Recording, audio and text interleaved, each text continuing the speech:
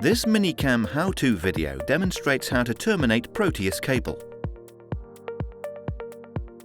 Take the cable end connector assembly, Minicam part number ASS 002364, and separate the various parts, keeping them in the correct order, ready for use, starting with the cable gland, then the O-ring, cable housing, connector spring, connector ring, connector nut, cable cup, and finally the cable end socket. You will also need a cable boot assembly, Minicam part number ASS 002976. Slide 2 heat shrink sleeves onto the cable. Next, thread the cable through the cable boot, allowing sufficient length to work on. Thread the O-ring onto the cable, followed by each part of the cable end connector assembly in the correct order and orientation.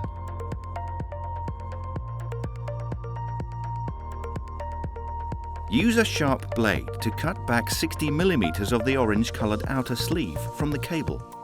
Cut through the circumference of the sleeve, then position the cable in a vise and cut along the length of the portion of sleeve to be removed. Carefully remove and discard the unwanted sleeve. Pull back the yellow-colored criss-cross Kevlar and secure to the cable with a short length of insulation tape. Using wire cutters, trim the length of the exposed wires to 35 mm. Trim back and remove the clear plastic. Using a wire stripper, remove the clear white plastic sleeve to reveal the paired white and brown and paired green and yellow wires. Finally, cut out the 2 clear plastic filler wires. Position the prepared cable in a vise and splay out the wires ready to work on. Remove the insulation tape. Divide the Kevlar into 2 even amounts. Twist each length of Kevlar neatly. Then tie a firm knot in the Kevlar.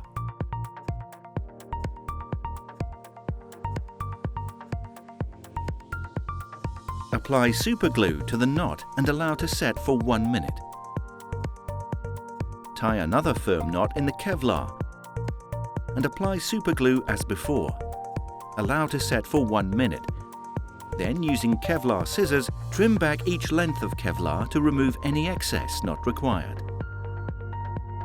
Using a wire stripper, trim off approximately 3 mm of colored sleeve from each of the 6 wires.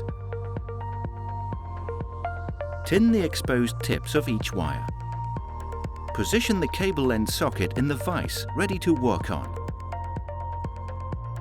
Tin each of the 6 buckets in the cable end socket.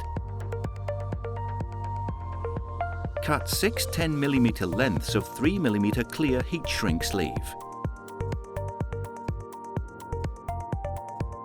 Thread a prepared heat shrink sleeve onto the wire, then solder the tinned wire into the correct bucket. Using tweezers, guide the heat shrink down the wire and position over the soldered joint. Repeat the technique on the remaining 5 wires. Each wire must be soldered into the correct bucket. Refer to the orientation diagram of clockwise from the top. Red, yellow, brown, white, green and black in the center. Using a heat gun, apply a gentle heat around the buckets in the connector to shrink the sleeves over the joints. Pull the cable cup up to the cable end socket and position the assembly in a vise. It is important to ensure 5 mm of the orange-colored outer sheath of the cable sits inside the base recess of the cable cup. Fill the cable cup with epoxy adhesive, level with the rim. Hold the wired assembly steady above the resin for 1 or 2 minutes until the resin starts to cure. Leave for a further 3 to 4 minutes or until the resin is fully cured. Attach a rear end connector to the assembly. This use of a rear end connector is not essential. It is used purely as a jig in the vise to make the next stage of the procedure easier. Slide the connector nut, connector ring and connector spring down into the assembly. Slide the threaded cable housing towards the assembly and apply Loctite 243 to the inside thread. Rotate the connector end to ensure even coverage. Screw the cable housing into the assembly and tighten manually. Then fully tighten using an adjustable spanner. While tightening, ensure the cable doesn't turn. Slide the O-ring down the cable into the connector end. Apply Loctite 243 to the outer thread of the cable housing.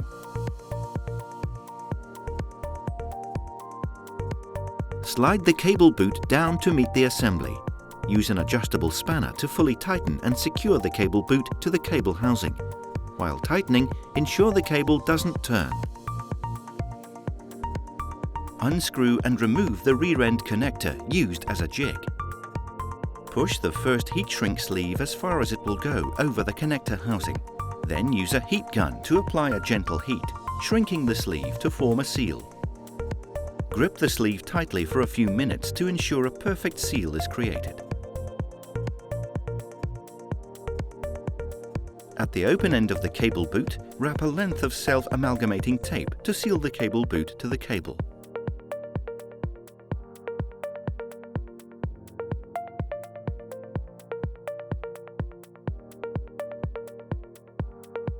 Slide the remaining heat shrink sleeve over the seal.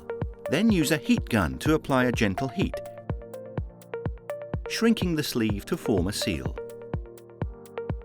The termination of the cable is complete.